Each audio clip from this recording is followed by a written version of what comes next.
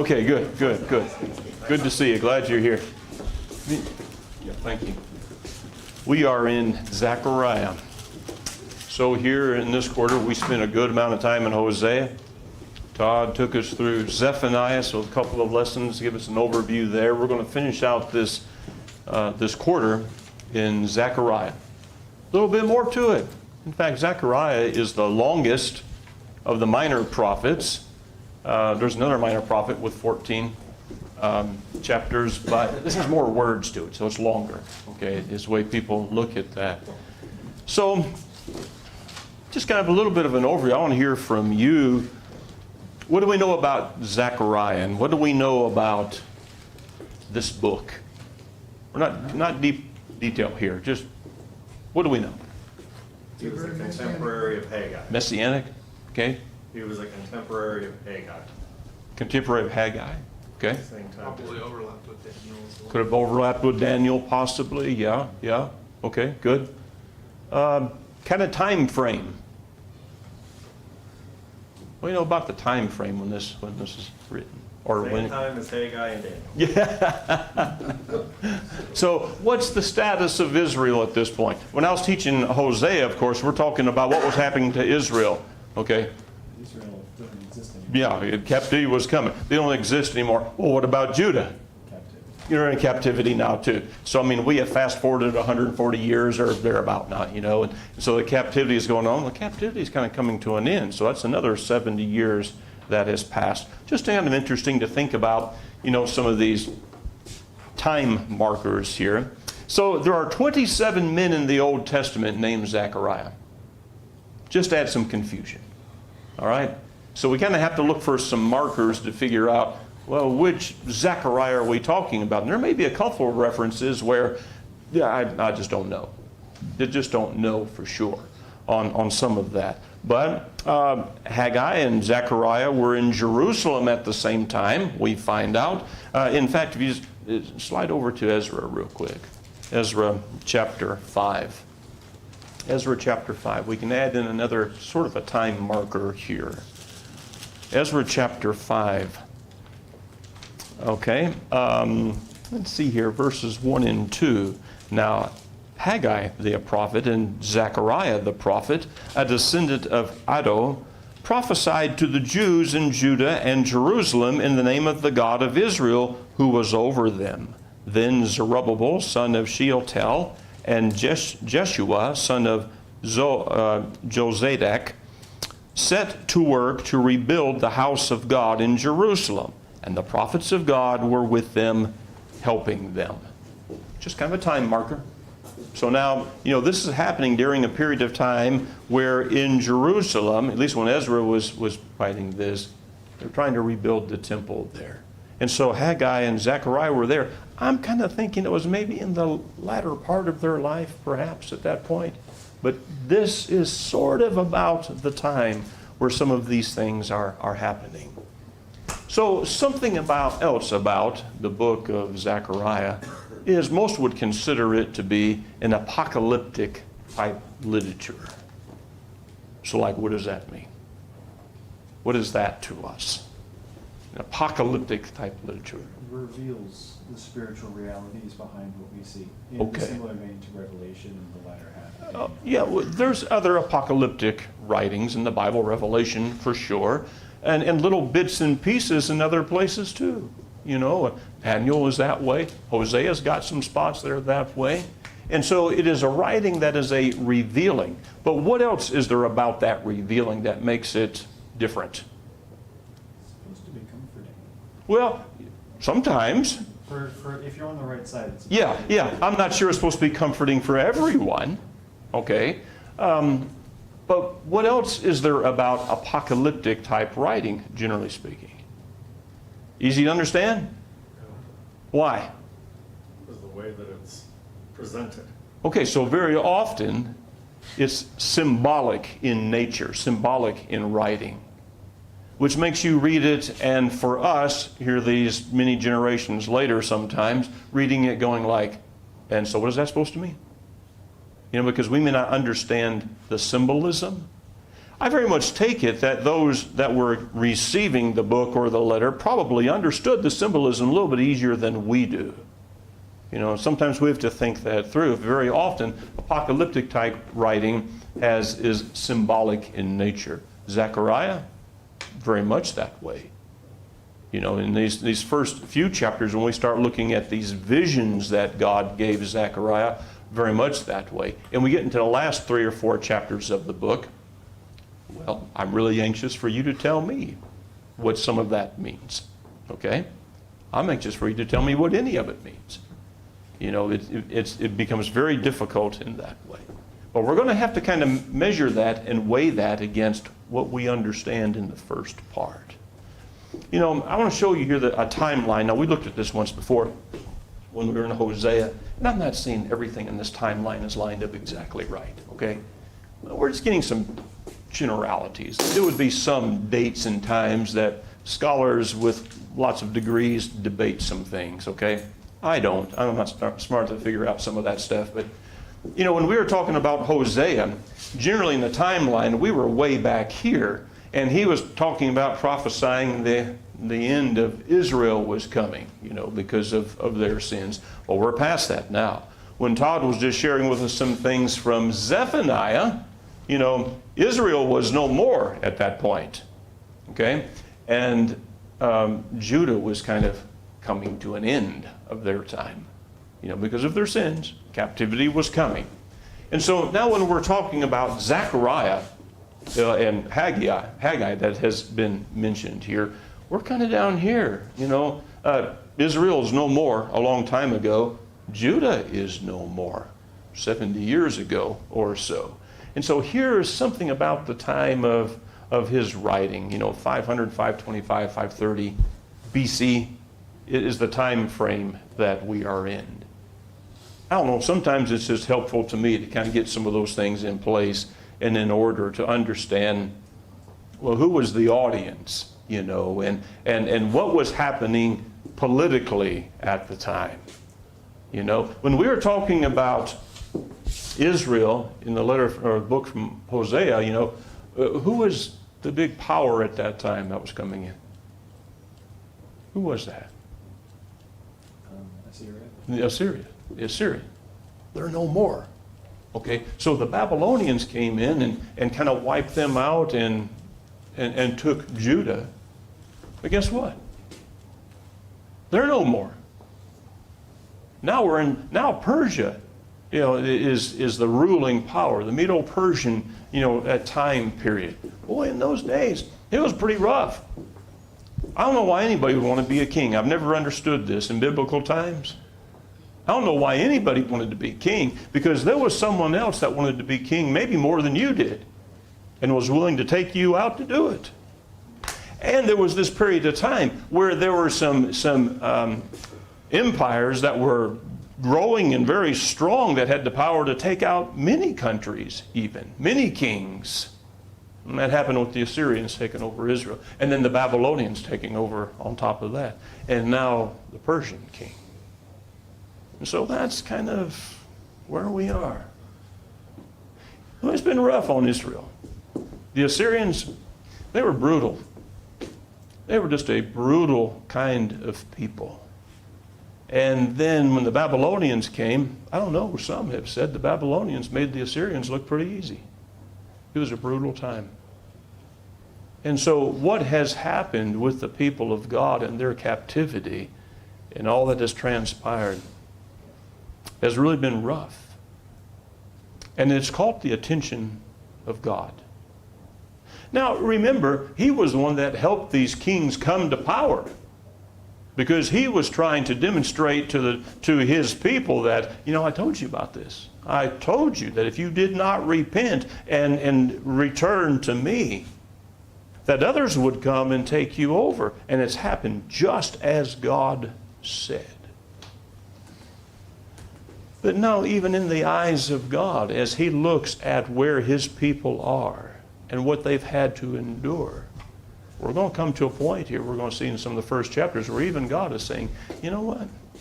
I'm not real happy with the way they did some of that, because they were so brutal.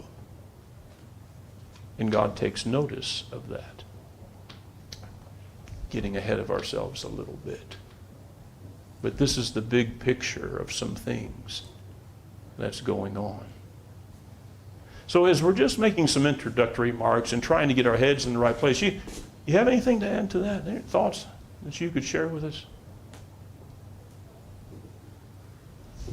Well, one of the things that just always comes to my mind, especially when you look at a lot of Paul's writings in the New Testament, but this would also be true for really any of the writings that the specific writers kind of writing for a specific certain time and people, is like the Latin phrase that our professors would always talk about, ad hoc, just for a specific purpose, for a specific time. So this is written for us, but not to us. Mm-hmm. So we have to, like when we're talking about interpreting and trying to understand, the message, we can't take it out of its context. Right, right.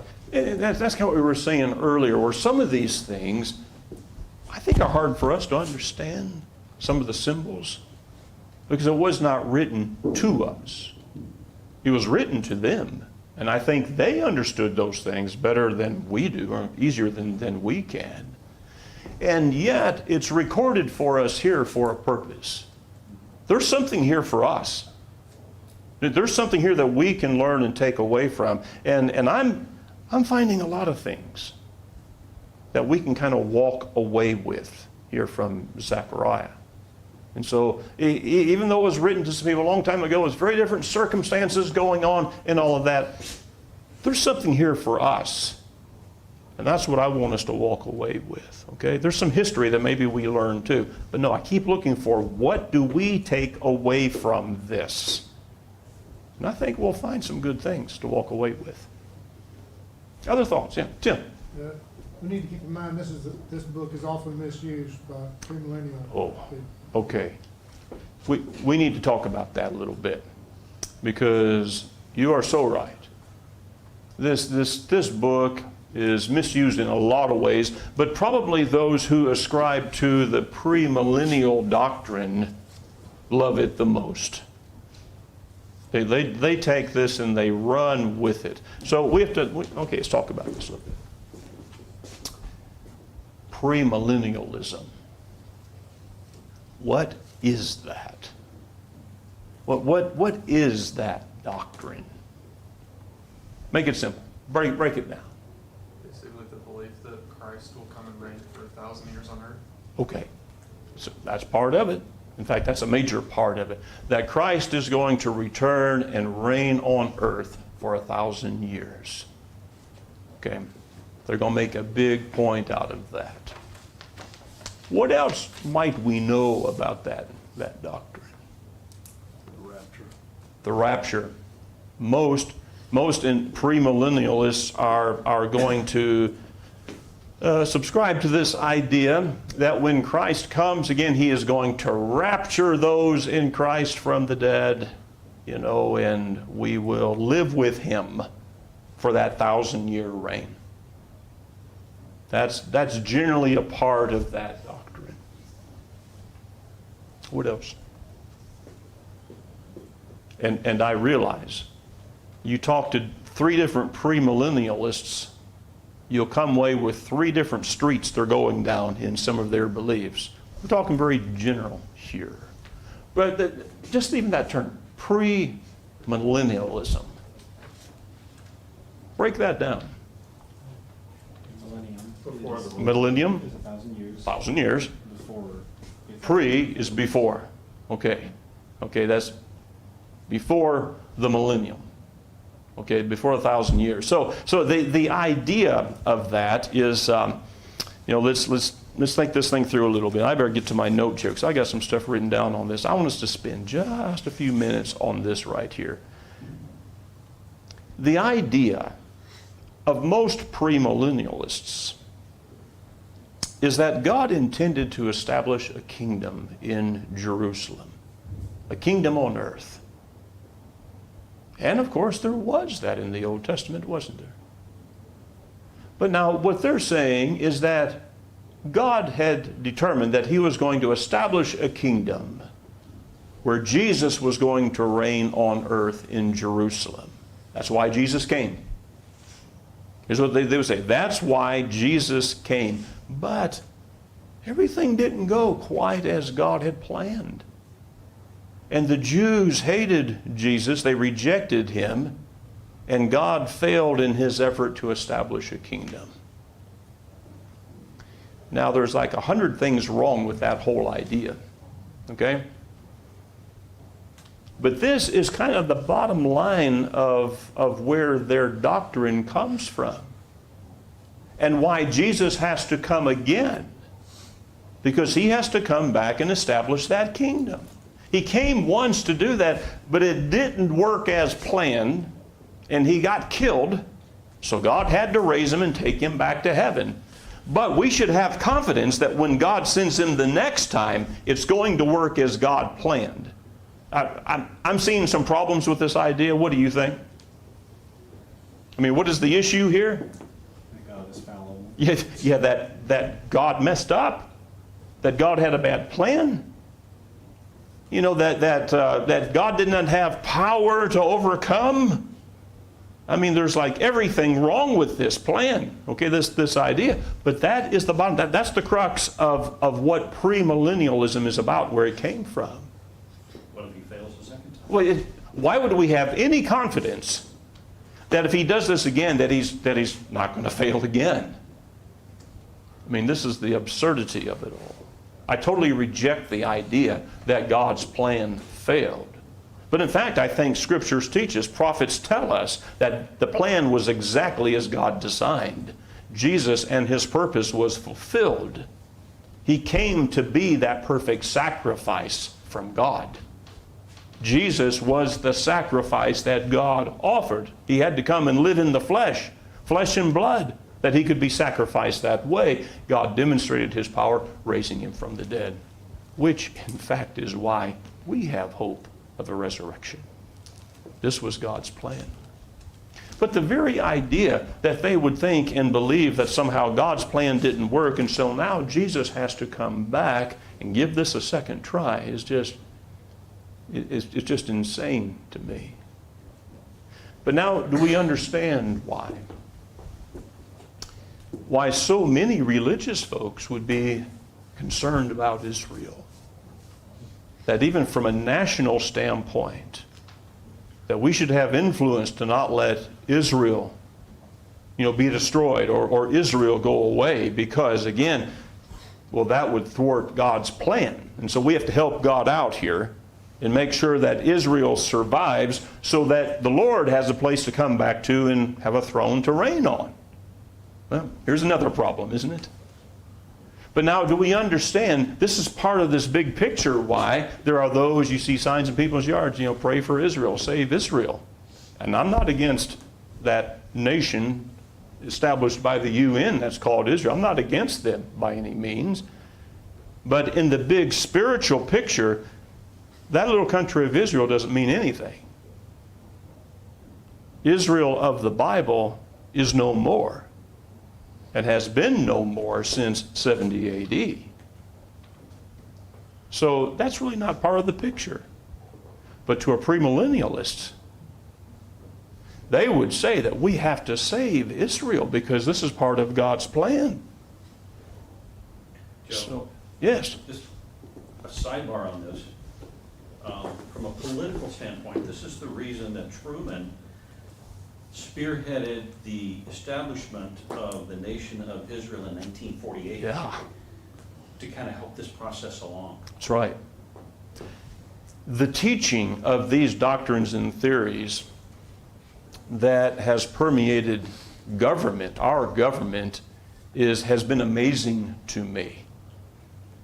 There has been, I'm not sure where this is at today, but in the past, a pretty strong factor among military leaders and such as that we have to save Israel. Because perhaps in a day when there were more people that at least acknowledged God as a creator, that if this is part of the Creator's plan, we have to save Israel at all cost in order to save our nation even. Now, and Truman absolutely was of that mindset and had a big part in the actions of the UN to recognize Israel as a nation established in 1948. Okay, so wow, there's a big piece to this doctrine and this theory. It seems like this political theme is common to apocalyptic literature. Mm-hmm. It's something for us today, but it was something for Israel as well. Mm-hmm. You look at through all, not even just the apocalyptic, prophecies, but all the prophets talk about allegiance to God.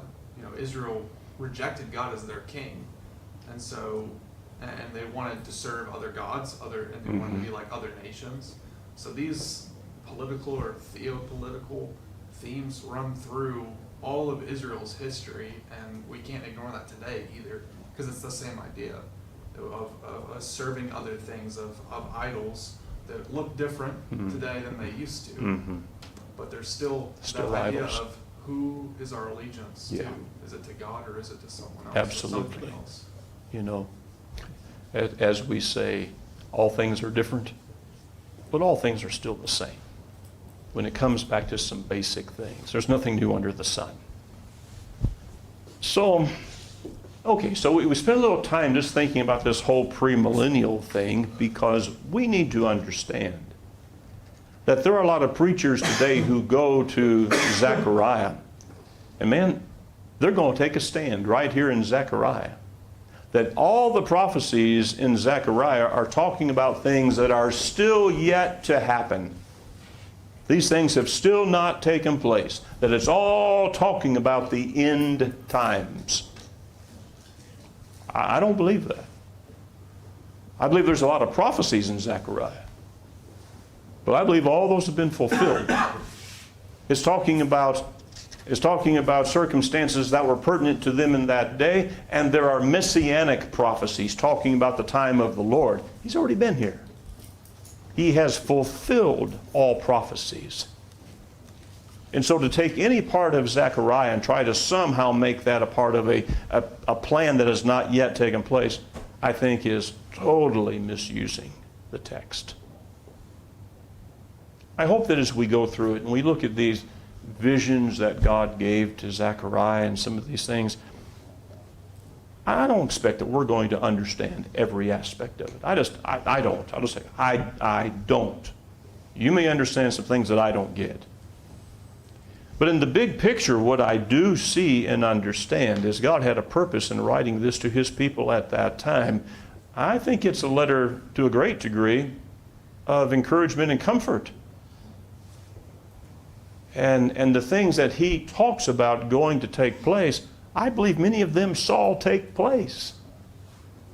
And then the things concerning the Messiah were things yet to come, but are things now that have already taken place 2,000 years ago. I think that's kind of the bigger picture of what we need to see here. All right, some other thoughts, just in the premillennial things or introductory to the book. It's just that Israel, keep in mind, Israel has gotten everything it's going to get. Mm-hmm. And they're talking about setting up this kingdom. They had their chance, Yeah. and they blew it. Yeah. But that doesn't mean that certain prophecies about Israel's nation we're not living with today. When God told Abraham that your descendants are going to be like the sand of the sea, Yep. Mm-hmm. every Jew that's alive today is a testament to that promise. Mm-hmm. Despite what Hitler tried to do to Yep. destroy it, they're here, and they're here in big numbers, and they're always going to be here. And to take it to the next step, okay? Because the Jewish nation, as was founded in Scripture, God's people, then that nation is no more. Are there people of Jewish descent? Well, yes, there are, But in the bigger picture, is there a nation of Israel? Well, yes, there is. But it's not a nation that's founded or recognized by the UN. There is the spiritual Israel. I mean, that is what this is leading to. Okay, so I think we'll see some things in Zechariah that's giving us a picture to the spiritual nation of Israel that exists today, that as Christians we are a part of. We are that spiritual Israel. And it continues as the sand on the seashore. You know, we are a part of that. Right. I was just gonna say one of the quick thing about the premillennial idea of the tribulation Mm-hmm. of that kind of time. I guess some of them would say it's before or after the rapture. I think is kind of, there's maybe some disagreement about that, but like a 7-year tribulation, I think is what they talk about. And I actually just watched one of these the other day. There's a series called Left Behind series. Yeah. And it illustrates very well their beliefs and kind of how they see things happening. And what is the tribulation and when will that be? Sort of depends on which preacher you're listening to. That seems to be kind of a moving target. But yeah, there is this tribulation that's supposed to come. But you know, if we are in that kingdom of Christ when He is reigning, you know, we are going to be spared, you know, from this tribulation. At least that's what some believe, you know, on that. There's so many different ideas. It just depends who you talk to, which has also been just incredibly confusing on the whole premillennial doctrine. You know, there's just so much. So there's a lot of dependency on literalism when it comes to the premillennialist stuff. And just to share something that helped me get out of my background of premillennialism over 10 years ago, was actually Acts 2, Peter's conversation using Joel. Yeah. And the type of language that Joel talks about whenever the Messiah or whenever the new kingdom is coming in, the darkened sun, you know, the moon, all that really wild, natural, kind of catastrophic looking stuff. But then what happened on that day was 12 guys, you know, on the hill, babbling a little bit. You know, there wasn't the actual darkening and thunders and all this stuff. It's something that Thane mentioned earlier in the class. It's a spiritual reality. So, but to assume it all as literal, it just became really challenging for me. And it's helped in conversations, it's helped me in my path. But if that makes sense. Yeah. And it's good to hear that, you know, from you, you know, on how you view that. You take another premillennialist over here, you take a different view, you know, of what you say. That's part of what is so confusing about it, and why so often when I speak anything about the premillennial doctrine, do so in generalities only, because you can't define every direction everybody goes with that, you know. But we get the idea of it, you know. We kind of get the idea of where they're trying to go with that. You know, thinking for a moment here just about the political climate at the time of Zechariah. You know, by this time, Ezra's account would tell us, you know, about 50,000 Jews have returned to the homeland. Okay, so it's quite a few. There's a lot that didn't come back. I mean, why would you think everybody just didn't come running back to the homeland? I mean, people found good opportunities where they were. yeah, life's not all that bad now. You know, we've gone through, we're in our third empire now, we're in the Persian Empire. There is prosperity, and there are those who have worked wherever they've been moved to, and their families, they've been there 70 years. You know, it's home now. And so many, or most, are not coming back to the homeland, to Jerusalem and Judah, which is kind of an interesting thing to me. I would be careful, I guess, how I say this, but I just have this inclination that those who came back maybe were a little more spiritually inclined, wanting to be a part again of this nation of God, this nation that God had established some time ago, you know, in His system, be a part of this nation of Israel. And so maybe they were a little more focused on spiritual things. But even those who returned, because we have some history now in Jerusalem when we're reading Ezra, There were some who were just not all that motivated about getting that temple done. I mean, when opposition came along, they were pretty easily stopped. And even then again, years later with Nehemiah, when there was an effort to build the walls, I mean, they still had not rebuilt the walls around the city. Now, granted, there was some opposition whenever they started doing that. And when Nehemiah came to town and was trying to get everybody together and they started working on that wall, opposition came up in a big way. And without Nehemiah being there, they were stopped. It's what they'd done already. And so my point is, even those who came back to the homeland and back to Jerusalem were not just super focused on getting the things done that God brought them back to do. And so I just bring that. We're not trying to be like super critical of everybody here, but we're just trying to say, we're trying to understand the climate, the political climate of the time. And so someone had said or made mention about the fact, about them, coming back, kind of reestablishing this nation and temples being rebuilt. But it was never going to be like it was before. In the days of David, the days of Solomon, when there was more of an intense focus on serving Jehovah God, that never came back. Was there a remnant? Of course, yes, there was. There was a remnant. Were there some who were very devout? Indeed, there was. But as a whole, they just never had that fervor that they had had generations ago. And so this is just the flavor of where we are, the things that are going on here. Let's quickly look at the 34th Psalm. The 34th Psalm. What's that got to do with Zechariah? Well, nothing directly. But I think there's an idea or principle here that I have found to be kind of interesting. The 34th Psalm. God, when we're thinking about God bringing His people home from captivity and how He intends to bless them as much as He makes it possible for them to bless them. He can't bless them if they're living in sin. But as much as they are trying to make a turn and to live for God, He blesses them if they live holy lives.